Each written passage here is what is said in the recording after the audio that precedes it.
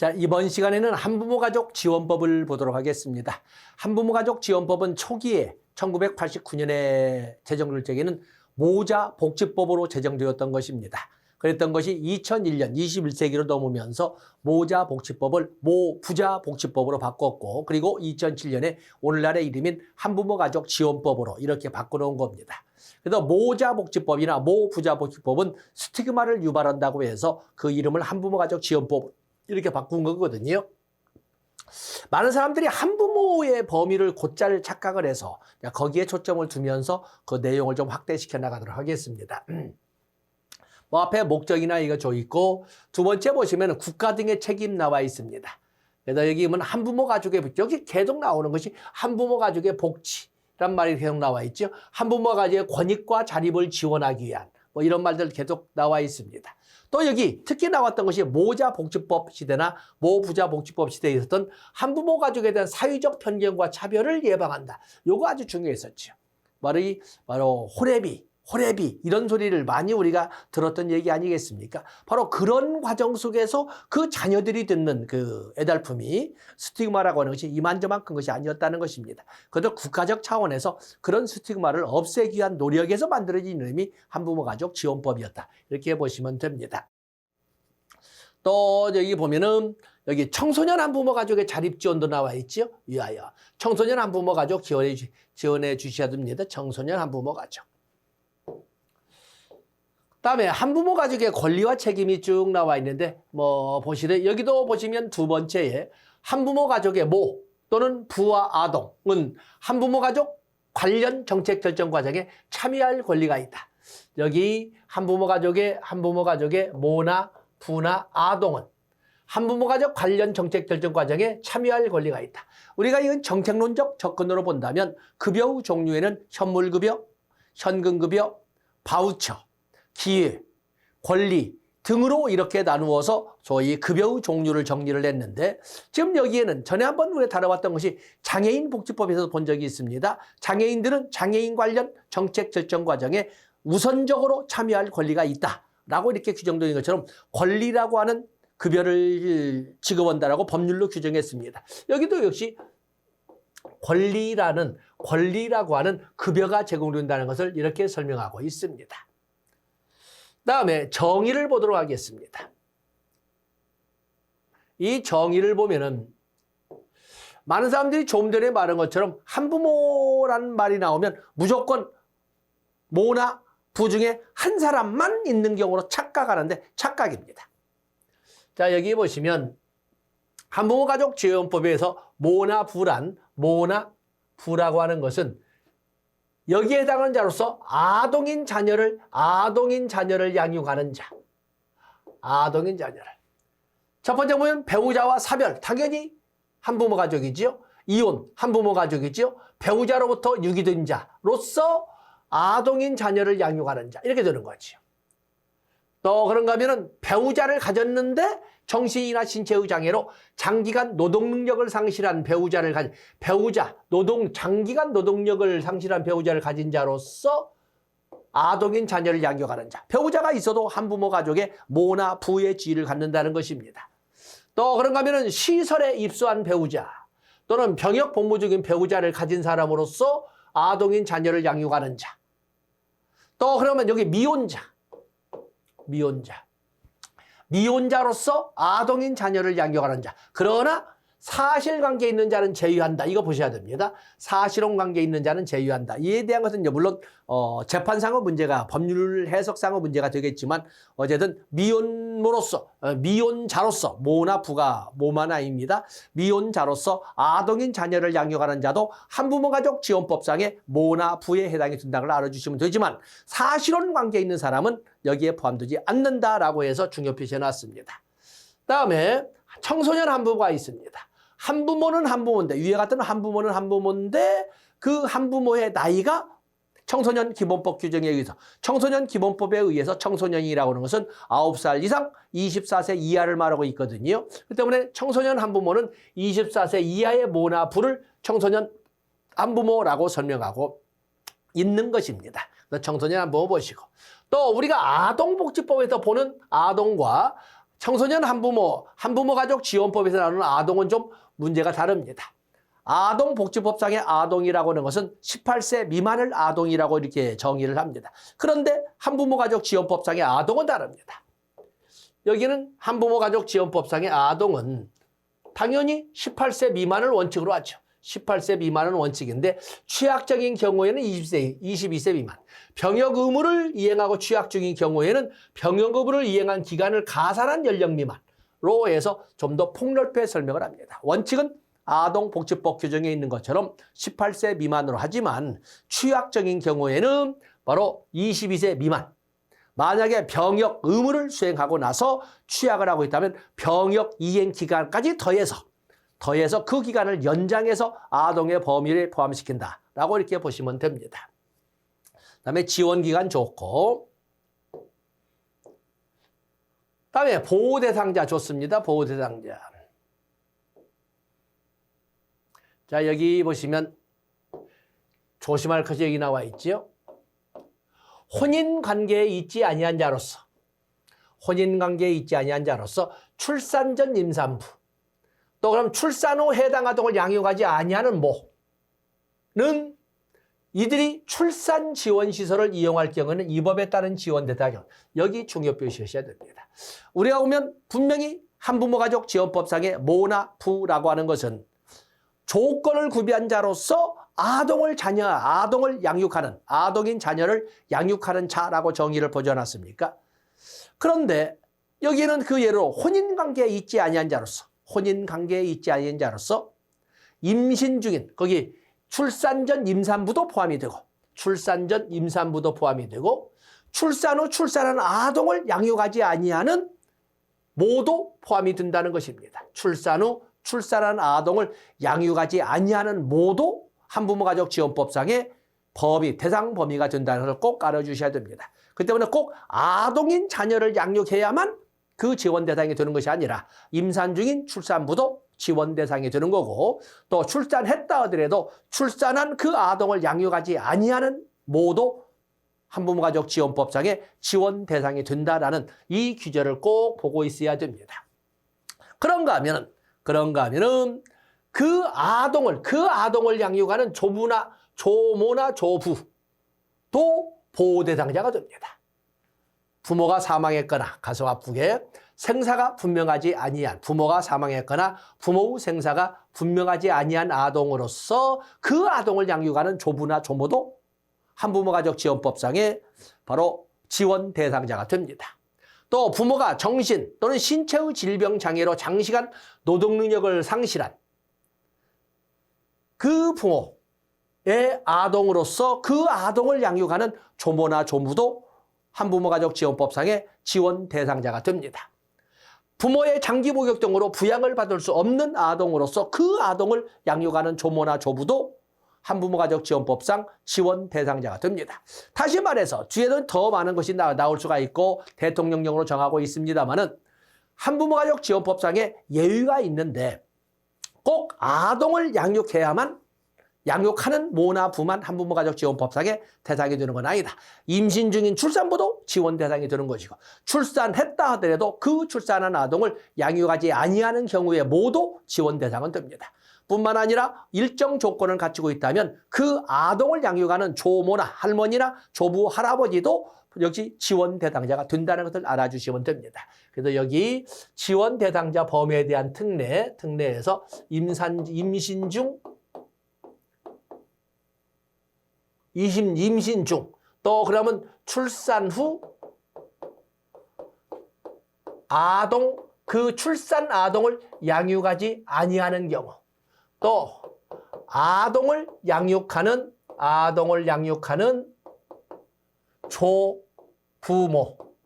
조부나 조모도 역시 한부모 가족 지원법상의 지원 대상이 되는 예외 규정에 들어있다는 것을 꼭 알아주시면 되겠습니다. 다음에 쭉 보시고, 여기에 보면은 국내에 체류하건 외국인, 빠졌군요. 좀 내려가 보겠습니다. 그런가 하면 여기에 보면 외국인도 여기 나오는 특별 예외 규정에 포함된다는 것을 꼭 기억해 주시면 됩니다. 그래서 아래 내려와 보시면 거기에 보면 국내에 체류하고 있는 외국인 중 이렇게 되어 있죠. 그래서 지원 대상자가 된다. 일정 조건을 갖추고 있으면 한부모가족 지원법상 지원 대상자가 된다. 보호 대상자가 된다. 이렇게 설명할 수 있습니다. 다음에 한부모 가족의 날은 5월 11일. 우리는 5월 5일 어린이날, 5월 8일 어버이의 날, 5월 10일 한부모 가족의 날. 이렇게 여러분들 5월 10일 한부모 가족의 날로 보시면 됩니다. 다음에 실태조사는 우리가 법령의 하나의 공식처럼 실태조사는 어떤 이유를 대든지 간에 일반적으로 실태조사는 3년입니다. 기본교육, 종합교육은 5년, 실태조사는 3년. 때문에 뭐 여기도 3년 이렇게 보고 넘어가도록 하겠습니다. 그다음에 한부모가족지원법상 복지 내용이 이렇게 나와 있는데 여기 보면은 한부모가족지원법상에 특별자치시장, 특별자치도지사, 시장군수구청장은 매년 1회 이상 소위 지원 대상자의 가족 상황이나 생활 실태 등을 조사하여야 한다. 그리고 재장으로 작성 비치해야 된다. 좋습니다. 다음에 여기 보시면 지원 대상자, 친족, 그 밖에 이해관계인은 이에 따른 급여를 복지급여를 특별자치시장, 특별자치도지사, 시장군수구청장에게 신청할 수 있다. 자, 신청할 수 있다. 신청주의를 원칙으로 하되 반드시 밑에 문장이 뭐예요? 자산조사에 동의한다는 서면을 제출해야 된다. 뭐 여러 가지 법률에서 보셔서 알겠지만 자산조사의 내용은 금융정보, 신용정보, 보험정보. 그래서 복지급여 신청을 할 때에는 자산조사에 동의한다는 서면을 제출해야 된다라고 하는 규정이 이렇게 나와 있습니다. 그래서 당연히 여기도 자기결정의 원리에 의해서 복지급여를 신청할 수 있습니다. 그러나 신청할 때는 반드시 자산조사에 동의한다는 서면을 제출해야 됩니다. 다음에 한부모가족지원법상 복지급여의 내용은 생계비, 아동교육지원비, 아동양육비, 기밖에 이렇게 되어 있습니다. 생계비와 애들 교육비, 아동교육지원비, 아동양육비, 그밖에 이렇게 되어 있다. 그래서 다른 법에 당연히 여기도 두 번째 문장을 쭉 보셔서 알겠지만은 이런 경우에 중복급여는 되지 않는다. 다른 법률에 의해서 보호를 받거나 지원을 받을 경우에는 이렇게 다른 급여를 하지 않는다. 중복급여 금지입니다. 그러나 중복급여를 하는 다른 법률에 의해서 지원을 받고 있다 하더라도 아동양육비는 중복급여가 가능하다. 지금 이 말, 다만 아동양육비는 지급할 수 있다 이렇게 되어 있지 않습니까? 그래서 다른 것도 있습니다만 한부모가족지원법상 복지급여의 내용에는 생계비, 아동교육지원비, 아동양육비, 그밖에 등등이 있지만 원칙적으로는 중복급여는 안 된다. 다른 법률에 의한 지원을 받고 있는 경우에는 중복급여는 안 된다. 그러나 아동양육비는 다른 법률에 의한 지원을 받고 있다 하더라도 지원할 수 있다. 이걸 여러분들이 2항에서 체크를 해 주시면 됩니다. 뭐 추가급여도 가능하다 보시고 거절 변경 좋습니다. 또 그런가 하면 여기에 복지급여를 지급할 적에는 신청이 있는 경우에는 그것을 전용 계좌로 입금해야 됩니다. 요즘에 보면은 우리가 급여의 종류에는 현물급여, 현금급여, 바우처, 기회, 권리 등으로 나누고 있는데 수급자의 자기선택권 또는 소비자 주권을 최대한 확대시킬 수 있는 급여는 뭐니 해도 현금급여가 되지 않겠습니까?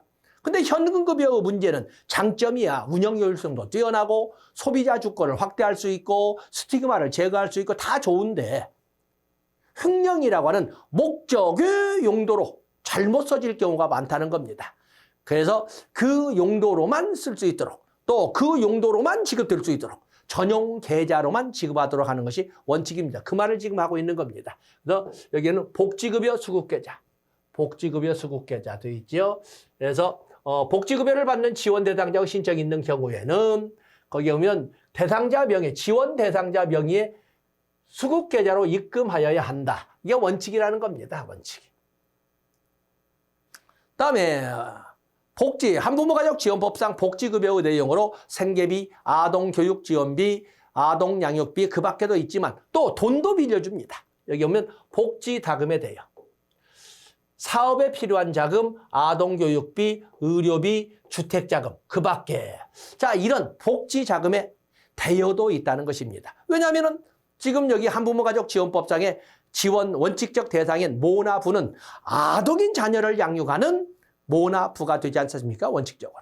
설사 배우자가 있더라도 노동 능력이 없다거나 아니면 장기간 어떤 시설에 수용했다거나 병역 의무 이행 중이거나 이런 거기 때문에 바로 여기에 대해서 홀로 먹고 살게는 해줘야 되기 때문에 그에 필요한 돈을 빌려주기도 한다. 그래서 거기 사업에 필요한 자금이나 또 애들 교육비, 의료비, 주택자금 등등은 빌려주기도 합니다. 다음에 고용촉진 좋고 고용연계 좋습니다. 다음에 시설 설치 및 시설 이용에 대해서 우선적으로 이런 것이 쭉 읽어보시면서 이 한부모 가족지원법상의 모나부에게 우선적으로 시설을 설치하게 하거나 우선적으로 이용하게 할 수 있다는 거, 우선적이란 말을 가지고 봐주시면 됩니다. 다음에 한부모가족지원법상의 지원에는 가족 지원 서비스, 자녀 양육비, 이행 지원, 국민주택, 분양 및 임대 이런 것 등이 쭉 있다. 굵은 글씨만 봐주시면 됩니다. 다음에 청소년 한부모에 대한 지원이 있습니다. 청소년 한부모에 대한 지원이 이렇게 나와 있는데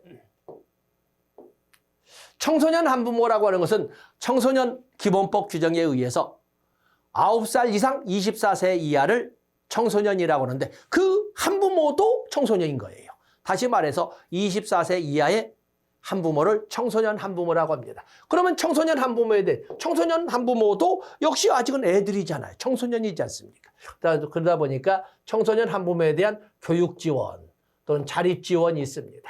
그래서 청소년 한부모가 학업을 할 수 있도록 지원할 수 있습니다. 청소년 한부모가 학업을 할 수 있도록 지원할 수 있고. 그래서 이 학정 유지를 위한 지원이라든지 교육비 지원, 검정고시 지원 또는 평생교육시에 대한 교육비 지원 등 이런 어쩌면 교육 지원에 다 포함된 이런 지원 등을 할 수 있다는 것입니다. 또 그러면 청소년 한부모가 주거 마련 등의 자립에 필요한 자산을 형성할 수 있도록 재정적인 지원도 할 수 있습니다. 재정적인 지원도. 다음에 좀 더 상세하게 미혼모에 대한 지원도 있다. 다음에 반드시 나오는 것이 여기 나오는 한부모 가족 복지시설이 반드시 나옵니다. 한부모 가족 복지시설이 반드시 출제되는 문제일 것이다. 왜냐하면 법률 개정을 통해서 나온 거거든요. 여기는 출산지원시설, 양육지원시설, 생활지원시설, 일시지원시설 그리고 한부모 가족 복지상담소 한번 쳐볼까요? 좀 올려보겠습니다. 한부모가족 복지시설에는 출산지원시설, 양육지원시설, 생활지원시설, 일시지원시설이 있고 한부모가족 복지상담소가 이렇게 있습니다. 출산지원시설은 임신, 출산 및 그 출산아동, 임신, 출산 및 그 출산아동의 양육을 위하여 주거 등을 지원하는 시설이잖아요. 주거 등을 지원. 그래서 출산, 임신, 출산. 왜냐하면 앞에서 본 것처럼 한부모 가족의 모나부라고 하는 것은 원칙적으로는 아동인 자녀를 양육하는 모나부지만 임신 중인 임산부도 그 지원 대상에 둔다고 하지 않았습니까? 때문에 그 임산부의 출산과 임신과 임신 중의 임신과 출산과 그 출산한 아동 3세 미만으로 제한하고 있지만 바로 그 아동에 대한 출산한 아동에 대한 양육을 위해서 뭘 지원해? 주거를 지원하는 거잖아.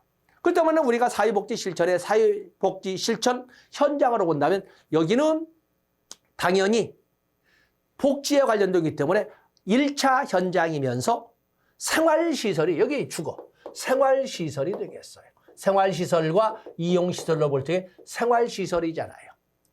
다음에 양육지원시설은 6세 미만 아동을 종반한 한부모, 6세 미만의 자녀를 동반한 한부모에게 주거 등을 지원하잖아요. 역시 이것도 생활시설이에요. 생활시설. 다음에 생활지원시설. 18세 미만, 취약 중인 경우에는 22세 미만, 만약에 병역 의무를 이행하고 취약 중이라면 병역 기간을 포함해서 나이를 계산해서 하는 그 아동인데 18세 미만의 자녀를 동반한 한부모에게 자립을 지원할 수 있도록 주거 등을 지원하는, 그렇기 때문에 이것도 생활시설이에요. 생활시설. 그런가 하면 일시지원시설. 일시지원시설은 여기 보면 배우자, 사실혼관계를 포함해서 배우자가 있으나 배우자의 학대로 인하여 아동의 건전한 양육이나 모나 부의 건강에 지장을 초래할 우려가 있을 경우 일시적으로 또는 일정 기간 모나 부 또는 모와 아동 또는 부와 아동 또는 모나 부에게 주거 등을 지원하는 생활시설입니다. 생활시설. 보통 우리가 생활시설 그러면 법률 용어에 주거 등을 또는 입소 이런 단어를 씁니다. 결국에 한부모가족복지시설은 출산지원시설, 양육지원시설, 생활지원시설, 일시지원시설 모두 생활시설입니다. 그러나 한부모가족복지상담소는 당연히 한부모가족복지상담소는 이용시설에 해당된다. 이렇게 설명할 수가 있는 것입니다. 자, 여기 한부모가족복지시설이 나와야 되는 시점입니다. 그래서 공부해 주시고, 그다음에 한부모가족복지시설을 포함한 사회복지시설은 사회복지사업법 규정에 의해서 국가나 지방자치단체가 설치 운영할 수 있다. 국가나 지방자치단체 의무자가 설치 운영하려면 시장, 군수, 구청장에게 신고하여야 한다. 국가나 지방자치단체가 설치한 사회복지시설은 사회복지법인이나 비영리법인에 위탁하여 운영하게 할 수 있다. 그 위탁 기간은 5년 이내를 원칙으로 하되 갱신할 수 있다. 이렇게 규정이 되어 있습니다. 자, 그런 것처럼 역시 한부모가족복지시설도 사회복지시설이지요. 그렇기 때문에 원칙적으로 국가와 지방자치단체는 설치할 수 있다. 그렇죠? 설치할 수 있다. 국가나 지방자치단체 의무자가 설치하려면 특별자치시장, 특별자치도지사, 시장, 군수, 구청장에게 신고하여야 한다라고 설명을 하고 있습니다. 자, 중요한 것이 바로 이거지. 국내 입양에 관한 특별법, 국제 입양에 관한 특별법, 국제 입양에 관한 법률에 따라서 업무를 어떤 입양에 관한 법률의 위탁을 받아 사회복지법인이나 단체를 운영하는 자는, 자, 여기 입양에 관한 법률에 따라 업무를 위탁받은 사회복지법인이나 단체를 운영하는 자는 출산지원시설은 설치 운영할 수 없다. 출산지원시설은 옛날 같으면은 그야말로 애들 팔아먹는다, 애들을 수출한다, 뭐 이렇게 문제가 되는 거거든요. 한때 우리가 많은 외국인 입양 아들일 때에 그야말로 오명을, 더러운 이런 그 호칭을 받고 있었던 한때가 있었거든요. 그래서 애들을 팔아먹는다 이런 소리를 듣지 않게 하기 위해서 입양에 관한 법률에 위탁을 받은 사회복지법인이나 또는 단체를 운영하는 자는 출산지원시설은, 아까 출산지원시설이 뭐예요? 좀 내려볼까요? 출산지원시설은 임산, 거기 보면 임신이나 출산이나 그 출산 아동 양을 양육하기 위해서 주거 등을 제공하는 생활시설이잖아요. 그런 출산지원시설은 운영할 수 없도록 되어 있습니다. 그거 중요 표시하시고, 다음에 한부모가족 시설 폐쇄 자 봐주시면 됩니다. 다음에 보칙을 보시면, 보칙. 사회보장기본법 규정에 의해서 사회보장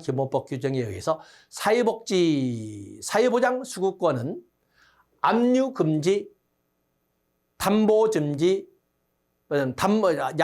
압류금지, 양도금지, 담보제공금지가 있습니다. 당연히 그 규정이 그대로 한부모가족지원법에도 적용이 됩니다. 그래서 여기 보면 한부모가족지원법에 따른 복지급여와 이를 받을 수 있는 권리는 다른 사람에게 양도하거나 담보로 제공하거나 압류할 수 없다라고 분명히 하고 있습니다. 역시 채권도, 계좌에 있는 예금 채권도 압류할 수 없습니다. 그래서 사회보장기본법 규정이 그대로 한부모가족지원법에도 적용된다. 압류금지, 양도금지, 담보제공금지 규정이 그대로 적용된다는 것을 알아주시면 됩니다. 만약에 한부모 가족 지원법 규정에 의한 과정에서 권리 구제나 권익 침해가 있다면 이를 어떻게 구제받을 수 있느냐라고 할 적에 그 지원 대상자나 친족이나 이해관계인은 이유가 있다면 그 결정 통지를 받은 날부터 90일 이내에 서면으로 복지실시기관에 심사를 청구할 수 있다. 자, 이렇게 되어 있습니다. 그리고 역시 여기도 행정벌 규정이 나와 있는 거지요. 양벌 규정이 있습니다. 위법 또는 위반 행위를 한 사람은 당연히 처벌을 받겠지만 그 행위자를 벌하는 이유에 그 법인이나 개인에게도 해당 조문에 여기는 벌금이 아니라 해당 조문에 벌금이나 과료의 형을 과한다. 그래서 그 감독권을 행사해야 되는 그런 기관이나 그 사람에게도 그에 대해서 같이 형벌은 아니죠. 같이 어떤 책임을 묻되 그때의 책임의 범위는 형법상의 벌금도 있지만 행정법상의 과료도 있다는 것을 알아주시면 됩니다. 그래서 행위자를 벌하는 것은 당연하고 그뿐만 아니라 그 법인이나 개인에게도 해당 조문에 벌금이나 과료의 형을 과한다라고 이렇게 봐주시면 됩니다.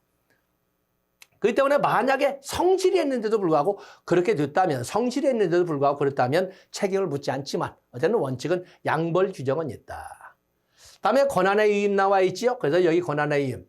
여성가족부 장관이라 보통 우리가 사회복지 그러면은 보건복지부를 중심으로 설명하고 또 자원봉사 활동은 행정안전부를 중심으로 하고 또 사회적 협동조합 이런 데는 기획재정부를 중심으로 하고 또 주거급여와 같은 경우는 국토교통부를 중심으로 하지만 가족이나 가정이나 청소년이란 단어가 나오면 그 주무부서는 여성가족부라고 보시면 됩니다. 그렇기 때문에 여기는 여성가족부 장관이나 시도지사는 이 법의 일부를 여성가족부 장관이나 시도지사는 권한의 일부를 시장군수구청장에게 위임할 수 있다. 먼저 당연히 하급 관청의 성격을 가진 시장군수구청장에게 위임할 수 있지만 주무관서는 여성가족부라는 것을 확인해 보고자 같이 줄을 쳐본 겁니다.